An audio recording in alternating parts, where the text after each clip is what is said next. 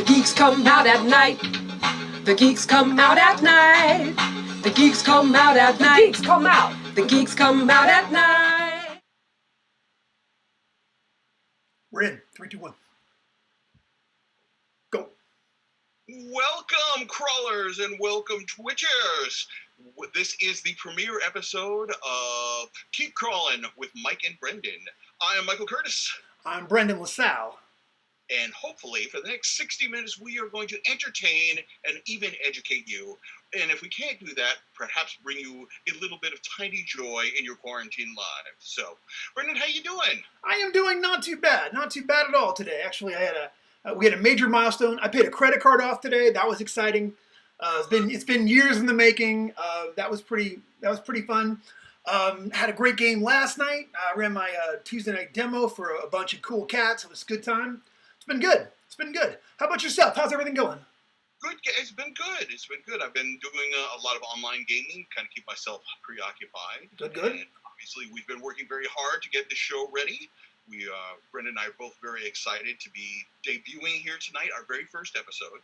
So we fully expect at least 3 things to go wrong during the course of the evening. So keep track at home. Hopefully we get under par. But so at any moment we could drop off. But we'll keep things going until we've got about 60 minutes under our belt. As you can see, Brendan and I are both broadcasting this evening from our swanky basements. So swanky. We have it all done out in our fine 70s environment here. I apologize for the state of my rug. I really need to get it clean. But so we're going to talk a little bit first about what the show is about. I think we should start off. So absolutely. What gives us two knuckleheads the right to take up 60 minutes of your time? That's a good question. And if there wasn't a pandemic on, probably we wouldn't be here. But probably not. But since there is, and the world is dying for public access cable quality entertainment, here we are. Brendan, why exactly are we doing this show? We are doing this show because yourself and myself have always had a very cool, very natural rapport when we've been hanging out. We've always had this great, great vibe and conversating and especially talking about gaming and related subjects. And our vibe was so good, we decided that we had to share it with the world and all of the Twitchers and tweeters out there in order to bring them just a little bit of the magic that you and I have shared through countless car rides, bus rides, hotel rides, and airport hangouts. This is I have always said that if Joe Goodman ever gets stuck for what to do next, all he has to do is pay for a rental car and put you and I in it and let us drive somewhere for 14 hours. And by the time we get there, we will have a bevy of ideas. 5% of those which will actually be commercially viable. But a lot of them will make you laugh, and that's the key thing with us. So we hope you'll tune in and have a good time just hanging out with us and talking about gaming, and about all the other groovy stuff that we're up to and about. So hey, this is nice. I like it. I got the basement all cleaned up. I got my balloons hung. I got my cooler, bam, set up. This is in the cooler. Y'all didn't see that. That was in the cooler. When this is all over, I'm coming over. By all means, we'll break out the Quest for the Dungeon Master. Play a couple of hands. Sit back and watch Hawk the Slayer on Betamax. We'll be all set. Hell yeah.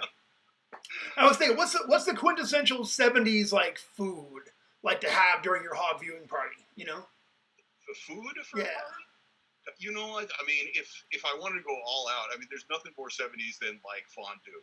Fondue, that's 70s, yeah. My parents were fond. I was gonna say Roy Rogers fried chicken, maybe. Yeah, but like in the old-fashioned curl bucket. Yeah. She had a wagon. You know what I mean? That'd be cool. It wouldn't be fondue. Would be classier, But I didn't discover fondue. My parents. That was my parents. Schmancy food. I would be sent to my room, so I don't think I had proper fondue until I was dating age, and Right. Yeah, but there's just something so 70s about fondue. Totally. Other than just Twinkies or whatever food they have. Used to have asbestos and red number 5 in it. Back before they started regulating foodstuffs. Shockadiles. Chocodiles. You don't know this, but every unwrapped Chocodile is currently in a police evidence locker someplace. So that's a they're out there. You just got to go out and dig for them, but they're out there still. So this is the kind of shenanigans that Brendan and I get up to when we're giving our own leash. However, what gives us license to talk about game mastering and game design? Because that's primarily going to be the focus of the show. I think between the two of us, we talked about this before, and I think originally we said we have like combined 50 years of like game design and gameplay experience. And then I realized that was lowballing it. That was really big time, big time. So it's probably 60, 65 years. Yeah, between the two. I want to say we both started in '77. I started in 80. 80? So. Yeah, so that's a lot. That's like 70 something crazy. Ask one of you math geeks out there to. They actually just published the on the Goodman Games website. You can now get all the DCC adventures in order from like 0 to whatever they are now. I know. I didn't realize that you came in at like DCC number like 10 or something. Yeah, right? number 10. Yeah, it was the Sunless Garden, and Joseph. I had fanboy search for Joseph. He showed up at a convention I was at. And I saw it said Goodman Games on the booth. And I had, at the time, I had been working at the Gamekeeper in the Town Center Mall here in Georgia. And I was so in love with Bronchosaurus Rex from the first time I saw it. I was like, here's a man that understands my aesthetic. I was like, because for a couple reasons. One of which is that it's, taking something very seriously, which is so ridiculous. X-Crawl is kind of like that. But also American-based fantasy, rather than going back to the normal European mode for most fantasy role-playing games that we had. It was American fantasy, and he had real careful rules about fighting with lightsabers from the back of dinosaurs while you were chasing down your Confederates. I mean, that's give me that every day. It's fantastic. Yeah, I think we're pretty much all in that same mindset in the Goodman Games like stable of writers and artists. Yeah. It's actually, they just announced yesterday that no Gen Con this year, and it's a big bummer for everybody. But it's always so good for us because it's the only time we all get together, because we're all scattered all over the country. Yeah. And I have to say that out of all the jobs that I've had, this is the only job where I actually like all of my coworkers. Right? I know, right? Yeah, it's kind of amazing. I've said it time and time again. Goodman Games is the best gang in the industry, bar none. And I say this as somebody who's freelance for a couple of other ones. That we've got the best boss, the best team. I think DCC is the best system to design for, the most fun to play at the table. We just have the best crew. Like, absolutely. Right. And the fans are tremendous, man. I'd rather hang out with the DCC fans anytime than with any other role playing system. Yeah, I'll put DCC fans up against not just any other like role playing game fandom, but any fandom. And I'm in a couple. You know what I mean? Like try being a modern Buffy the Vampire Slayer fan. You know what I mean? Like that they're so mean. All those kids. All those kids, But yeah, I'm absolutely in love with the Goodman Games fans, and it's so funny. Like once I switched from originally I was doing Pathfinder X-Crawl, I switched over to DCC X-Crawl. I haven't really had like a bad game sense. I've had a couple of people maybe a little crazy, but like not one. And it's I've always said it. DCC self-selects for the best players. It absolutely does. And hence the best fans. It's the same mind frame. It's the same people who appreciate lightsabers on the back of dinosaurs and, pseudo Civil War fighting on the moon and all the rest of the stuff. So, like attracts like, Sam. It's true. Hey, and speaking of fans and speaking about like attracting like and stuff, I think now would be the perfect time perhaps to switch over to the first segment that we will have on our show. And what's that segment called, Mike? Well, I think we're going to call this segment Percent in Lair. Hey, if all worked well, we just do something there. So So as you guys know, you are sitting and watching this. You are a gamer. At least I hope so. If not, you probably are looking for that knitting Twitch show, and then you are really confused. But gamers are hoarders like dragons, and we have a tendency to collect some interesting ephemera and knickknacks and gewgaws. We have we have a tendency to build really awesome game rooms, like the ones behind us. So what we figured is every week we would give the fans an opportunity to show off some of their stuff. But since you didn't know we were going to do that, we figured we would start first with our own little present in there. Brendan, would you like to go first, or would you like me to go first? Please go first, Mike. Why don't you go first? Okay, then I will begin. So I had a pretty decent collection of some oddities and stuff. I've gotten rid of a lot of those because I realized they were just taking up shelf space. Unfortunately, I had to get rid of my Lawnmower Man, the role-playing game. That was literally, yeah, such a thing. So, Woo! But however, and it was done with like the leading edge system too, which was like the most crunchiest. It's like they're like Phoenix, Phoenix Command, I think was the name of their post-apocalyptic hard, like military, like where it was so crunchy, it was like down to what caliber bullet you had, like what the penetration value of it. But somehow they decided that'd be the perfect system for the Lawnmower Man role-playing game. Did they have separate rules for rules for like rider lawnmowers versus lawn boys or that kind of technical stuff? You are unfamiliar with the classic movie, No, The Lawnmower Man? I've seen it. I was trying to mask my grief about that movie with humor. There's no masking here on this show. That's it. Everything you see tonight is 100% authentic. Yeah, including our wonderful little basements here.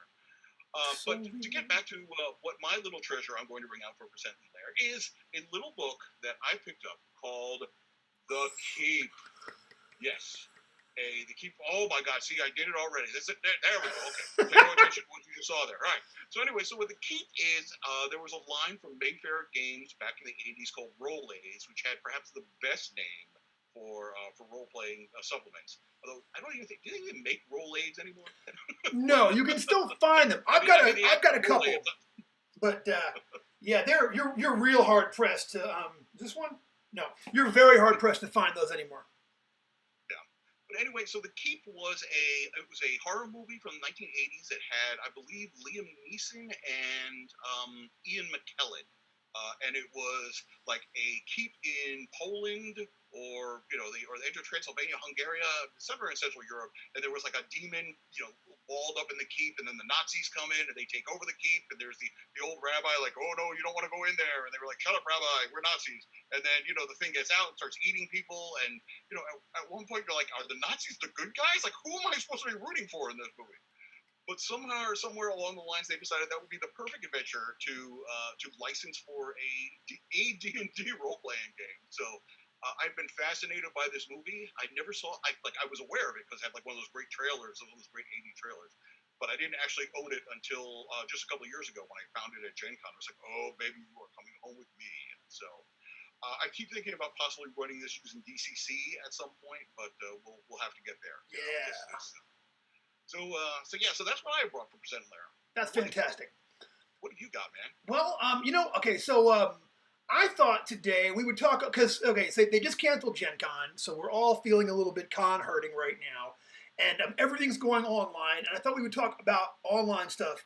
So I thought I would show off the rarest piece of con swag that I ever actually got at a convention. All right, you ready for this? Blah, blah. I don't know if you can see that, but this is my...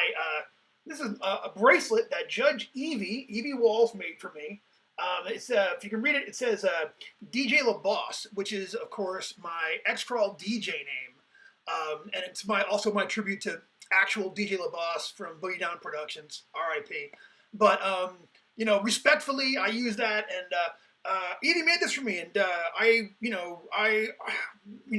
it's been my lucky charm ever since. I wear it to cons, I wear it when I'm going to do stuff, running games, out of the town, never a bad time to wear a con swag bracelet. So it's like a +6 bracelet of game mastery. Exactly.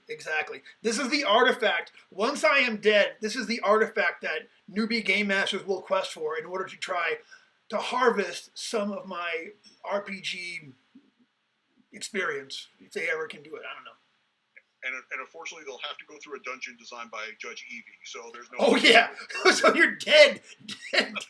And Judge Evie, just for fun, will be both set in the keep and a Wawa. And you know what I mean? You're just you hope the Nazis get you and not the nachos. So. Oh, that's excellent, man. I wish I had a bracelet like that. You know, thanks again, Judge Evie. I love mine. So you can look forward to in another 10 years we'll get one of those, and then it will actually, if you fall and can't get up, you will be able to scream into that, and they will dispatch help to your house. I can't find my 12-sider. Is this thing on? Why, Iota? So we want to present in lair as a regular segment on the show. So if you have something cool at home you want to show up, you can either send us a picture of it, or you can shoot a little video on your phone. Try to keep it under 3 minutes. And Brendan, where should they send that to? Go ahead. I'm the henchman, so send that to me directly. Brendan at goodman-games.com. You can find my email address all over the Goodman Games site, and send it to me. I'll share it with Mike. And the best case scenario, we will feature that in a segment right here in our next upcoming percentage in layer system. Worst case scenario, Mike and I break into your house in some kind of heist style situation and abscond with it. So either way, we win. So we'd love that if you would send those things to us. We want to see your artifacts, kids. I should point out that somebody in our chat room, the mild-mannered gamer, who I absolutely know in real life, believe it or not, when he puts the glasses on, he's somebody else. But he pointed out that The Keep was actually originally a novel, and yes, that is correct. And it is hi, mild-mannered gamer. So it actually was a novel originally by F. Paul Wilson, and it's actually in that book that we talked about. I think we talked about it was Paperbacks from Hell, which was a great collection of paperback novels from the 70s and 80s horror boom. So if even the art on that, talking about like artists and liking artists, it's really good to check out. So, that's our percent in lair. We look forward to seeing what cool swag and what your game rooms look like and such, and we'll showcase that on future episodes. Absolutely. Please send us cool stuff, pictures. We want to see them. So I think the other thing that we're going to do every show is we are going to pick a topic that is near and dear to our hearts and may actually be useful to those of you watching along at home. I think under current circumstances, I can't think of a better topic to begin with than talking about online gaming. And we don't mean MMOs. We're not talking about World of Warcraft. We're talking about online tabletop gaming. So before all this all happened, Brendan, how much online gaming did you do? Before the quarantine, I had done very, very little. There was one for a year, a really good gaming buddy of mine, Jason Jenkins, who's one of our wonderful troops that we love so much, was over there. He was over in Japan, stationed in Japan for a year, and couldn't get a game together for, to save his life. And this is a hardcore gamer. I mean, he's like as hardcore as any of us. You know what I'm saying? Like, as hardcore as I am as a judge, he is of a player. And he was hurting to get a game together, so we did an online game between here and Japan using Skype. And it was terrible. The connection was awful. We kept having to reboot. Half of the session was like, all right, can you hear me? Can you hear me? I got video, I got no audio. And that was it again and again and again. Plus, it was fine for us. Like, we were playing, it was like 7 in the evening for us, but as I recall, it was like 6 in the morning for him. So he'd be there like, slugging coffee just to like wake up. Meanwhile, we've been up all day, blood pumping. So, brushing his teeth and yeah. And like, finally he'd be like, well, my shift's in 10 minutes. I got to get downstairs. He'd be like, well, all right, see ya. But, we got a little bit of gaming in, and I actually still have it's one of those games that was like my Dungeons and Dragons in post-apocalyptic time kind of a thing that I did once. I always thought I'd go back to that game at some point. But other than that, I mean, I had played a few times, like everybody. We had once video chat was there. I was like, yeah, let's try it. But it was always like you would do it, like it would take weeks to get one together, and then you would play. And you would. I mostly just did one shots because a lot of the experience before Zoom, a lot of the experience was very frustrating. How about yourself? Yeah. Did you do a whole lot of online gaming before this? No, I did not. I back when Google Plus was still kind of functioning, thing, and Hangouts were around. There was a lot of people who were running online games. I tried a little bit of it, and some of it was fun. Some of it was just used to meet up the Hangouts. I'm sorry, the Google Plus Hangouts. A couple of them used Roll20. In fact, when I started doing Roll20 again, when the quarantine came out, I was kind of surprised to discover I had a Roll20 account. But it wasn't great because this is going back a few years, and I think I don't think there was. I mean, whether it was just like not everybody was on had a dedicated broadband line, or people's webcams were not great, or it was always very frustrating. Especially for me, I have some hearing difficulties and stuff. So, it has to, audio has to be really good for me in order to get away with it. So I was really tentative of kind of getting back into it. And in fact, that's why I didn't volunteer to do any games for CyclopsCon, which we did last month, because I didn't want everybody to have like a bad experience with me. Because, I prefer, hey, I played with Michael Curtis. It was a lot of fun. I played with Michael Curtis. It was crap. But I've been running a lot more of it lately, and the quality is a lot better. Zoom has worked out really well, even Roll20 and everything. So I've really, I've really kind of embraced it for what it is, in this circumstance. But going into it, I mean, I guess I think we talked about this a little bit, but back in the day, in the 80s and stuff, there was a little bit of like you and a buddy would play like over the phone or something. Didn't you do something like that? We used to play actually over the CB radio when I was back in New York. Yeah, we for a while we were doing Villains and Vigilantes was the game. I was running V&V from my friend's house. He had a CB, and then two other of our friends had CB radios. So they were across the city. So we would play, and see there were some ups and downs. CB radio, obviously it's cheap. There's no bandwidth issues. But every once in a while, you get truckers on there telling you to shut the heck up and get off the damn line. But they didn't put it like that, Michael. They were not kind. They were not kind. And very often we would like be in shouting matches with them, and we came up with a whole code system for like changing channels and such. And not only was that a problem, but we were also still 13 years old. And one of my real good buddies back then was an inveterate dice cheat. I mean, cheat. I ever see him again, I'll tell him to his face. But we did it, and it sure beat not gaming. Like all these things. Yeah, it was fun. It was a good time. If there's ever any question about whether you deserve your old school gamer card, you could just, hey man, I played D&D by CB radio. Yep. Okay, BJ and the Bear style. Okay, all right. So, and this was like the era, like this was post Convoy, so like trucker lingo had like already like peaked and come down. So we would make jokes about that too. It was, That is awesome, man. Yep. I wish I had any good CB story, but unfortunately I do not. So. I wish I had thought to make C.W. McCall the bad guy in one of my dungeons. That would have been awesome, and that's a missed opportunity right there.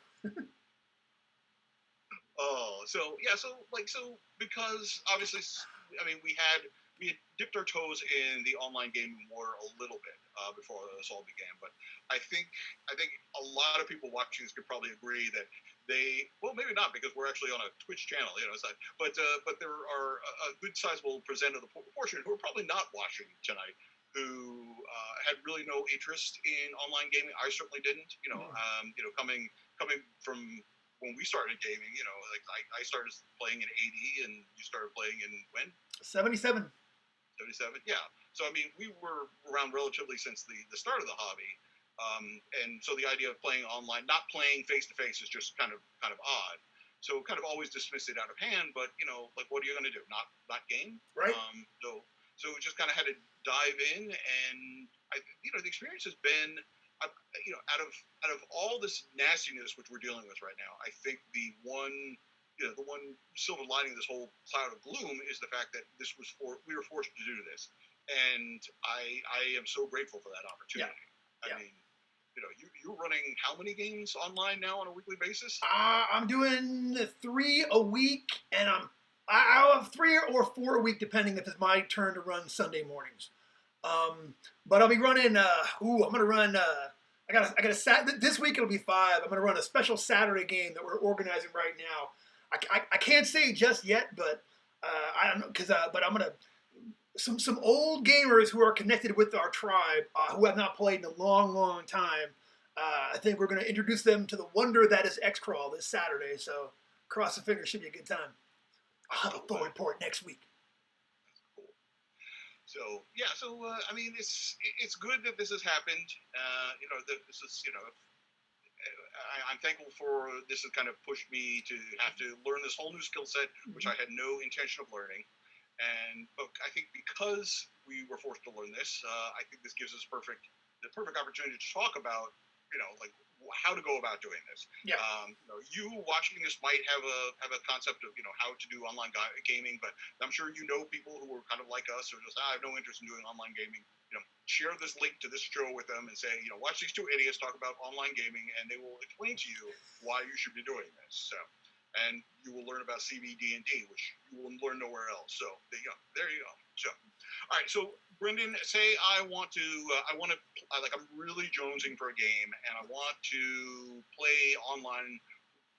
What is the minimum requirements that I need in order to do this? The minimum requirement is going to be a computer or tablet or other sort, telephone that is fast enough that you can actually run video on and communicate with. You can play just. I feel like the game loses a lot if you play just audio. The visual part is so important to what we do. So if your computer is, if that's an issue, that's slowing you down. That's going to be a problem. So I think really you just need to have a computer quick enough and a camera, a webcam, or however it is that you record yourself. I have a built-in one on my Mac here, but you got to have your camera. You got to have if you need some sometimes headsets are really helpful. They can be really good. I have one, and I decided to try this first night. I'm trying it without to see how it goes, but I might switch to that. I don't know, but. That and a couple of friends who are likewise set up. And that's it. And right now there are a lot of new platforms that keep popping up. So obviously we're using Zoom for this. And Zoom has kind of become sort of the standard for meetings, like any kind of quarantine meetings. Almost everything has gone to Zoom. But there's a Google Meet, just supplanted Google Hangouts. I tried that the other day. Seemed like it worked fine. That's free. Anyone can jump on there, so try that. Of course, there's always perennial favorite Skype. And then if you want to actually present a map as well, you've got options there too. Fantasy Grounds is really popular. Roll20 is really popular. And both of those can be fantastic and can really I played in your game last week and had our funnel with. It's funny because my characters are right here. I can still see them. Like, oh, my thief! I had one of the best 0 level guys I've ever made up, and actually survived the funnel. It's like yes, So it's pretty exciting for me, But you used Roll20 to great effect. It worked really, really well for that particular kind of crawl type dungeon environment. How did you find the experience of using Roll20 to run a game online? It has potential. I would definitely, if I was running something which was very kind of grid intensive, like if I was trying to run Pathfinder or 3.5 D&D or anything where knowing where people were at any given moment was very important. How far something was, if I cast Burning Hands, how many squares am I going to get with it? I would most likely want to use Roll20. I ran a funnel 6 times using Roll20. So we had at any given moment 12 characters running around as the party. Roll20 is not really great for that. In fact, the last couple of times I ran it, I just gave every player had one token, and we just kind of theater mind, like, okay, your people is here, your people is there, or everything. So it's a tool like anything else. I mean, you can chop down a tree with a hammer, but you don't want to. Because there's better ways to do it. We did with my home group. We've been playing the One Ring, which is very not. It's not tactical at all. So when we did that, we just used Zoom, and I even had people just roll the dice at home or anything. We didn't use an online dice roller. I would share my screen when I needed to show them a map. But other than that, it was more like just having a conversation with your friends. So depending on what system you are, you can get away with with nothing. I mean, theoretically, you can. Theoretically, for a lot of games, all you need is like an online whiteboard, and there are plenty of those free that you can get. You just point your web browser here and log into whatever we're using for voice and video, and let's go. Roll the dice at home. I trust you. I mean, assuming you do. I mean, Oh yeah, no, absolutely. Except of course for Johnny Proyas, who is back from my old CP game, who I will never ever trust again. Nobody gets that many 6s on initiative, Johnny. Nobody. Every time you go first, every time. Oh man, I feel a cease and desist coming already. Half hour into the first show, and already, little we know, he's like some high-priced lawyer now, and he's libel. Yeah, I don't know. I know I ran into him. I ran into him in the early '90s. I ran into him in New York, and he claimed that he didn't even remember Dungeons and Dragons. Like, oh, I remember we played it, but I don't really remember anything about it. I'm like, we played 6,000 hours in 1982. Shut up. But what are you gonna do? So basically, if you have the very minimum, I totally agree that you can get away with gaming with just an audio. I know that there are some concerns. There's some people have concerns. They don't want to have their video streamed. Whether it's just I might look terrible, or God knows they might be in some situation where they're just they don't want their identity. They don't want their real face broadcast or anything, and that's understandable. If that's the way it is, that's the way you are. I mean, the judge just going to have to adapt. But if that's not an issue, definitely video is very important, because I think one of the worst things about doing online gaming is being unable to read a table as well as you're able to do as convention. And that is a very important skill that any game master should have. You should be able to look around at the table and say, okay, Bob and Carol and Steve, they're all engaged, but Linda and Igor they're looking at their phone and everything. Okay, I need something to bring those up. So you can watch people's eyes kind of drift away, or and that's to me that's the biggest challenge about running anything online. So agreed. I think when you're playing at home, you're both a little bit less engaged because you don't have that table magic that you do when you're all sitting around there and doing it. And at the same time, there's so many distractions. You're in your own home, and there are significant others and kids and cats, 2 screens. The one was solitaire going on. One of my early games, one of the games for Cyclops Con, I could totally see the guy had a framed picture behind him, and I could totally see in the reflection that he was playing something very like Candy Crush in one of his. And I was like, really? You gonna do that? And yeah, you constantly see folks on their phones, and a little bit of that I don't mind. I don't even mind at the actual table, but if people, it's definitely harder to keep people engaged, but it's also more important to keep them engaged. So yeah, you really have to the not having it on. Like sometimes I've played with people who have only been just voice. They're having a problem with their video card and they're just doing it that way, and that's really hard. You know what I mean? Like I find myself going, not able to, the taking the focus away from them because I can't see. It's hard. It becomes harder to keep track of people when you can't actually see what they're doing. Somebody might get up and leave. That happened one time. You're like, Ted, and then a minute later, hey, sorry guys, I had to go get more coffee or whatever. You're like, oh, come on, man. So it's definitely a challenge. I would say that it is challenging, and this is the truth. So everyone's online gaming has ramped up so much over the last couple of months that even the latest couple of things that I'm running, everyone is better at being a player and being a GM. And I'm seeing just a rapid increase in people's skills.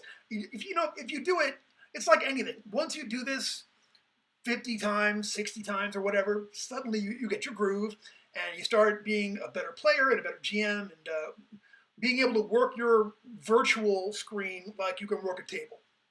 Right. It's yeah. I mean, it's part of being a game master is always kind of having to to react on the fly. When unexpectedness happens, and I think this is the biggest unexpectedness that is happening to everybody right now. Oh yeah. So I think game masters are actually better prepared to deal with all this because we're just figuring out, okay, all right, so we're quarantined for 2 months. What do we do now? Giant spiders, But that's where Murder Harness came for. I'm pretty sure that's where the great game master was like, we need to liven up this encounter. Murder Harness. Yeah. The advent of Murder Hornets makes me really sad that I stopped playing fantasy football, because if that's not the perfect fantasy football team, I've never heard one then, But I'm sure there's 27 fantasy football teams, at least called the Murder Harness. Oh yeah. Mm. So you've done, when you run, you let the players roll at home pretty much, right? Absolutely, yeah, absolutely. And so far, I haven't ever had a moment where I thought, okay, this guy's fudging it. I've seen too many people drop too many ones. I've seen people on terrible losing streaks. I've had people just roll adequate. I haven't had a problem. I trust people. I don't, honestly, if you're cheating at dice, you're cheating yourself, and it's not as much fun. Like, what are you doing? If your character is just, if you want your character to never fail and be immortal at anything, you should probably write a Mary Sue novel, honestly, But yeah, I let folks roll at home. I have no problem with it, See, I don't have any problem with it because I'm not worried about cheating. But I will say this: of having used the chat, the virtual roller in Roll20, having that there it brings back one of that shared element that you usually have around the table. Yeah. Like when somebody's about to roll a dice, everybody's kind of, okay, let's see what the dice is going to roll. So literally, you'll see in the chat window, Brendan is rolling, or Brendan is typing, and so everybody's sitting there looking at the chat window, waiting for that dice roll, and then when it hits, everybody sees it at the same time. So you have that shared kind of oh, or ooh, or oh my god, which you don't really get if somebody just rolls something off the screen and just says, yeah, I got a 14. Yeah, you don't, no. So that's the only reason that I would say if the opportunity is there and it's something that everybody is comfortable with, I would definitely go for it. The last couple of times I ran the funnel, I said, when I would say, okay, let's try to keep things. I'm running this 3 times in 1 week. Let's keep this kind of as simple as possible. So I said, if you don't know the roller in Roll20, feel free to roll at home. But everybody used the roller, and it brought that game room element back to the game, which might not have been there if we heard a die clatter and somebody was just saying a number. I have to admit, I missed the die clatter, and I missed that exact moment of seeing the dice on the table. And also, and I know you can do this too because you've been running games forever, just like me. I also miss, this is total truth, the game is slower because if someone, especially after a couple of rounds of combat, if I see someone drop a number, I know if they've hit or missed or whatever. And I can start prepping my response in my head. I pick up my thing, I go this. Especially if a monster's died, I can start thinking of how I want to describe that. You know what I mean? While they're doing the math in those couple of seconds, I'm like, okay, he got a 12. That means he got a 22 with his modifiers. That means it's this, and this guy is dead. So then I can kind of be like, all right, what was your total there? Okay, 22. Yeah, man, that lance just right through that giant. So that that's definitely it. All goes a little slower. Everything goes just a little bit slower online. I do agree that it goes a little slower, but it can also be more efficient because if everything is in the right groove, you don't have. Theoretically, you're in a perfect world, you're all there to play a virtual. You're playing an online game, so your focus should be there. So theoretically, you might not have the distractions at the table, you're not, hey, hey, did everybody see, start talking about whatever, that movie or something you saw, or start making that joke about somebody bringing something this week or something like that. So there are times when a game can move a lot quicker. And I think that's one of the reasons a lot of people don't realize that there was some pushback when CyclopsCon was scheduled. They were only scheduled with 3-hour slots, and that was originally done because there was the expectation that people would be more focused on getting the game done, and then you wouldn't require that extra hour of distractions, which usually happens, especially if you're doing it in a convention, like in a huge room or something. I've heard there were some people who were saying, we didn't finish anything in our 3 hours, but there were other people. I think the majority of people were saying, 3 hours we were in and out because we knew we had 3 hours to do what we had to do, so we hit the ground running. None of that screwing around like oh wait, we need 50 feet rope. Let's go role play my purchase of 50 feet of rope with the NBC that the board judge just had to come up with. So there's drawback. There's benefits and there's drawbacks of that time wise, but definitely as we did, if the judge's home computer suddenly goes to the blue screen of death in the middle of a session, it's going to be a little while before you get things going again. No, you're right, and you made a great point there. The online gaming did not invent distractions. You know what I mean? And I've had plenty of chronic distractions that have happened both in convention and out of convention, and like home games. I always think of for a while I was playing with two of my friends in the Renaissance Festival, and they would bring their chainmail, and they would be working on chainmail the whole time. Oh, I hated the chainmail more than anything. You know what I mean? I'd rather they had two phones. Chainmail would be like, oh wait, I guess I missed you. You're like, get in the game. So that's like a Miss Manners thing for gamers. There's Miss Manners 37. Do not knit chainmail. Do not work on your chainmail dice bag at the table. Do that at home. Yeah. As much as I like a good chainmail dice bag, don't. If you want a chainmail dice bag, man, go for it. But come on. Yeah. Not at the table. All right. No. That's So when this is all over and done with, assuming that day ever does come, do you think that you'll continue to run stuff online? 100%. Yeah. I think that, especially now, this is the other thing too. Now that I've gotten a taste of being able to bring some of my friends in from my far-flung gaming buddies in and such, the first week of quarantine, I was so down. Well, not even the first week. It was one of the first weeks. I was really down in the dumps. I was stressed over being home.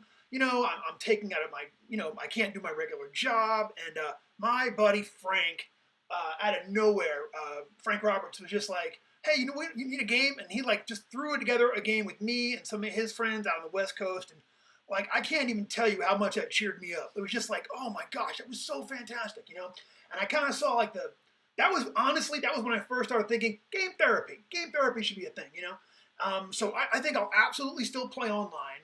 And I think I'll still absolutely even do online type conventions and things if I can't make it to a show. If they have an online component to stuff, I have done an online convention before, and to me it was just whatever back then. But I wasn't very good at it. Now that I'm better at it, I feel better about presenting myself. I feel like I can run a good enough game where I don't feel like I'm letting people down. I'm same as you. I want people to walk away going, oh, I had a really good time. Brendan did a good job. And some of the online things, I'd be like, it'd be like, 1 second. And no one's having fun. But now you you do it a few times.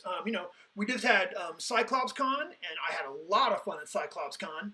And then we got DCC Day, and I've still had to get my games in for DCC Day, but that's going to be a riot. It's going to be really, really, really fun. The event grid is filling up so much, I want to run fewer games so I can play a couple, That's going to be tight, But, I absolutely will still continue to do online games. And the big one, weirdly, is my DCC demo night. I'm right now, Tuesday Night Demo Club, I'm doing a demo for 4 or 5 people every week, brand new to DCC. That's amazingly satisfying. To break, I love DCC. I'm a DCC advocate.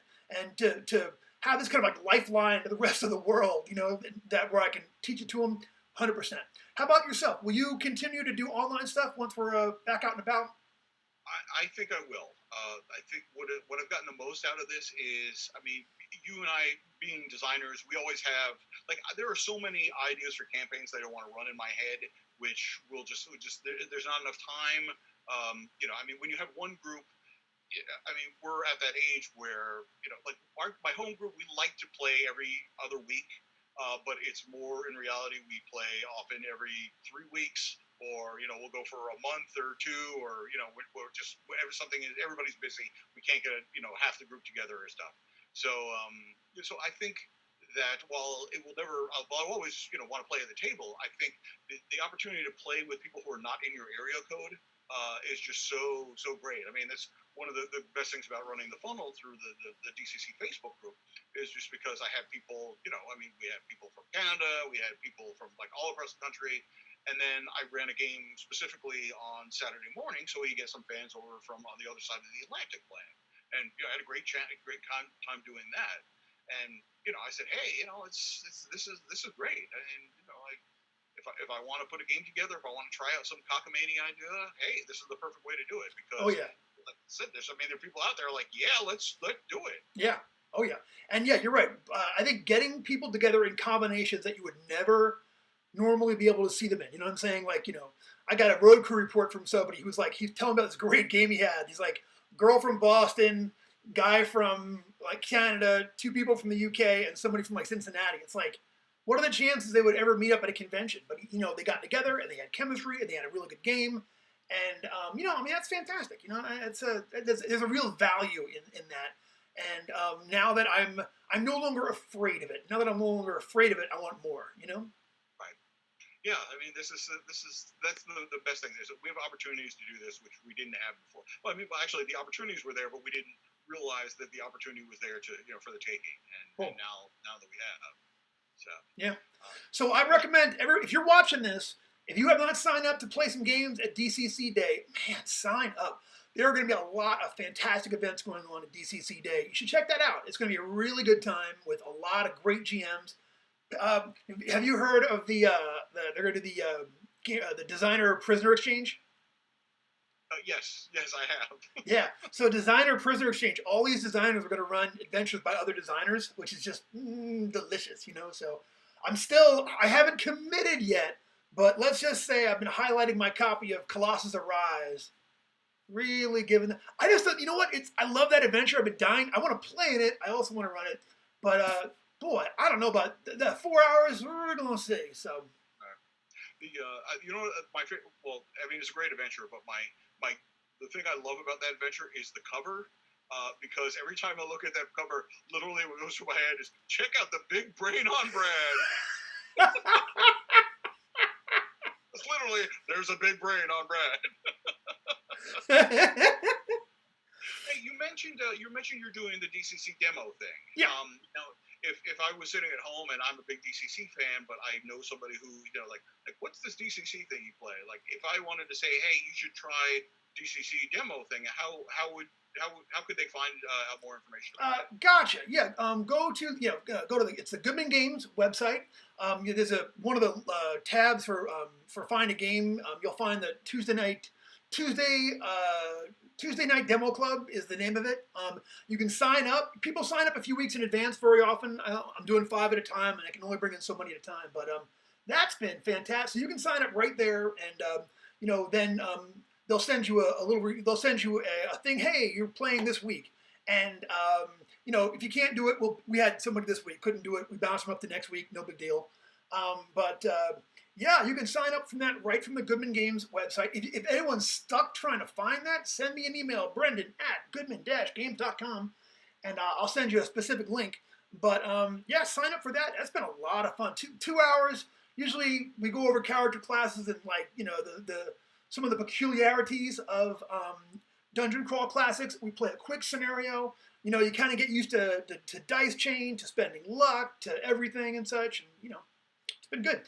And if you're anything like my group from this past week, you'll just slap me around with high dice rolls, and I'll just crumple. Couldn't lay a glove on those knuckleheads. it's good to know that even in the midst of a pandemic, some things never change. The poor game master being slapped around by like I don't even think my online dice roller has warmed up yet. Yeah. So like, oh yeah, that's a 3 for initiative. I guess everybody's gonna dogpile on my giant warlord. Oh yeah. So this will be a short gang battle. I felt really bad. You came to my they had my going away party when I moved out of New England. You came there and ran a game for me, and my warrior couldn't throw a knife out of place. You know what I'm saying? Oh, I was on fire. So good. That was a cool adventure though. Excellent. Yeah. So I think that out of all of this experience with a virtual table, I keep saying the virtual tabletop, but we don't really need the virtual tabletop to do that. We've established it. Is there any, aside from like being unable to read people at the table, or is there another drawback, or another thing that you kind of dislike about it, that and if so, like how would you if what is like the worst part of it that you have some way of addressing? Have you run into a difficulty doing it that you've had to find a way to kind of work around, and if so, what was that? That's a really good question. No, I made it up. The one, this is so silly, but this is a quick little fix, especially if you're doing one shots and you're not playing a standard campaign that really really well. Right before you start, if you're using Zoom, ask everybody to go up there, and if you go to the 3 dots in the top right corner, I had a hard time keeping up with who was who, because usually you can put a table tent on the table, or I can actually cheat and look down at your character sheet, or I make my own little crib sheet and such. It was, in a weekend of running a bunch of one shots, I would get, I'd get confused about who was who. Now I ask everybody to go up there, hit those 3 little dots, click on rename, and please rename yourself with your character's name. And you can even put Iron Mike - Dwarf - Armor Class 11 or whatever if you want to. You know what I'm saying? Right. And that one little thing made it so much easier for me. It's as good as a name tag. Yeah, I can see that. I can see the advantage of that, because I do the same thing. I have everybody always asks, well, not everybody, but when I run a game at a convention, people will come up like, how do you keep track of everything? And I show them behind my screen, and usually I'm playing at a round table, so I draw a circle, and then I put the name of the players, all around the circle, so I know who everybody is. Yeah. And I give everybody these days a name tag, like, hi, my name is, and I say, write your character's name on that. Mm-hmm. And then, when I do initiative, I just write the initiative number next to their name on my little table diagram, so I can just bounce around back. That's cool. Yeah, so having that kind of information at your fingertips is very helpful. Yeah. I'll just start doing that. Super good. How about yourself? Same question back to you. Have you found something like that? I have. Well, I think since I've been running a lot of funnels, Roll20 is great. I mean, it's great for your standard fantasy role playing thing. It's a little challenging to run, like I said, when you have a party of 12 people. 4 players, everybody running 3 characters, or you might have 16 characters, because if you I specifically had everybody, okay, you get 3 characters, because I didn't want to keep track of 16. I figured 12 would be enough. So what I ended up doing is, in order to get an idea of who was who, I color coded everybody's token. So when we played, you had 3 characters, and I color coded every one of your tokens green. I tinted it, so this way I would be able to say okay, I had their names on their token where I could see their names, so I knew who was who. But more importantly, I knew who was controlling who, and that was really helpful. Yeah. Being able to do that. I know some people prefer to do it with they want to have circles for the NPCs, or squares for the monsters or something. But that's the way I would do that. Mm-hmm. When I ran the funnel the last 3 times, I gave everybody just 1 token, because I was using dynamic lighting. So if they didn't have a token on the table, they didn't have any light, they couldn't see what they were doing. So I gave everybody 1 token, and that was kind of okay, this is not where all four of your characters is. This is just kind of your presence on the table, and that was a lot easier. I had a list at home, like you do at the table, who was in the front, who was in the middle, who was in the back, and then I made a note of everybody's luck, so I could just reference that. And that was really helpful, especially when it was time to move to another level of the dungeon, which you do in Roll20. There's no quick way to do that. So you literally have to like copy everybody's tokens and move them onto the next map. So I would leave somebody behind, or whatever. So it's a lot easier to grab 4 tokens than it is to grab 12 and drag them all over. So. But the advantage of having that many tokens is you can see exactly how ridiculous like 16 zero-level peasants look in like a 25 by 25 foot room, Yeah. This is a mob scene. I've been to this concert, like the cow was, crowd surfing, it's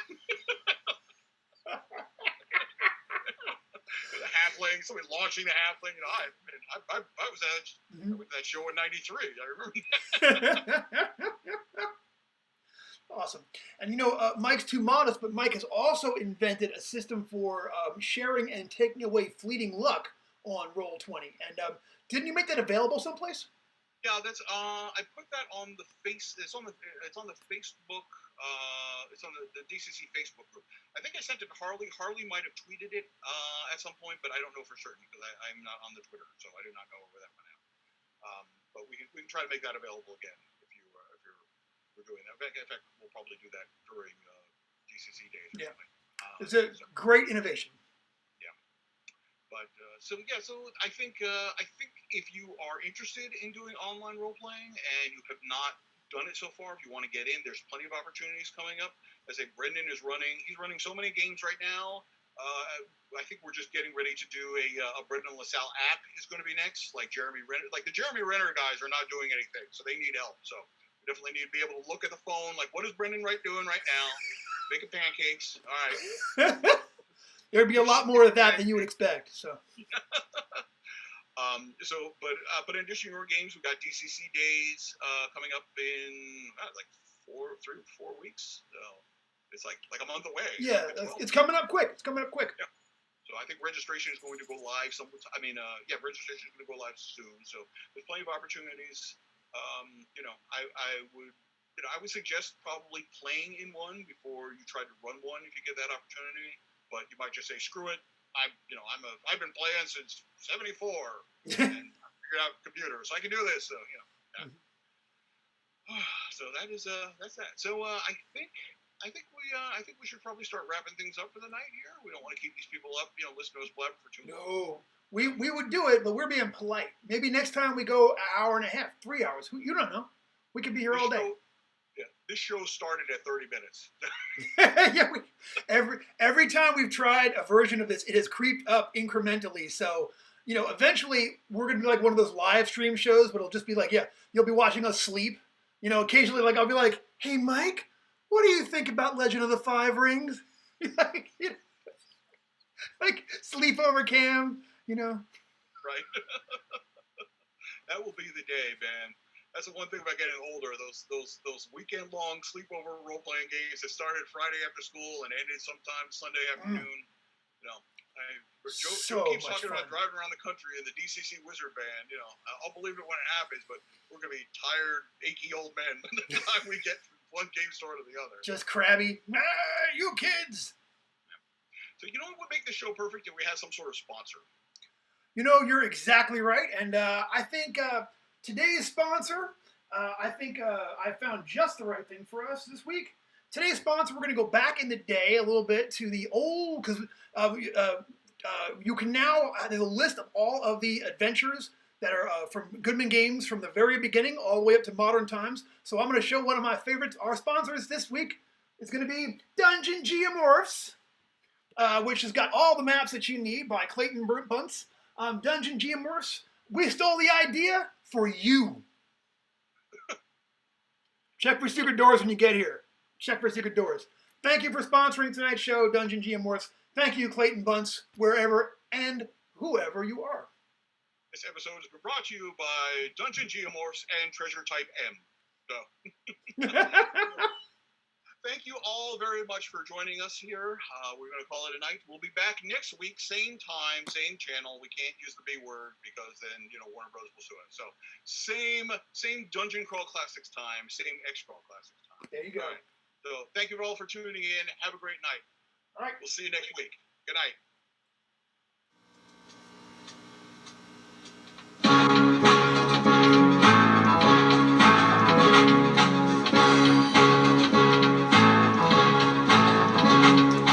geeks come out at night. The geeks come out at night. The geeks come out at night.